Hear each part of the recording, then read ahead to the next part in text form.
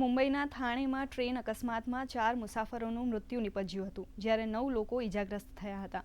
આ ઘટના મુંબ્રા અને કાલવા રેલવે સ્ટેશન વચ્ચે બની હતી. ટ્રેનના ફૂટબોર્ડ પર મુસાફરી કરી રહેલા મુસાફરો છત્રપતિ શિવાજી મહારાજ ટર્મિનસ તરફ જતી બીજી લોકલ ટ્રેનના મુસાફરો સાથે અથડાયા હતા, જેના કારણે ઘણા મુસાફરો પાટા પર પડી ગયા હતા. મુખ્યમંત્રી દેવેન્દ્ર ફડણવીસે ઘટના પર દુઃખ વ્યક્ત કર્યું હતું અને મૃતકોના પરિવારને 5 લાખ રૂપિયાના વળતરની જાહેરાત કરી છે.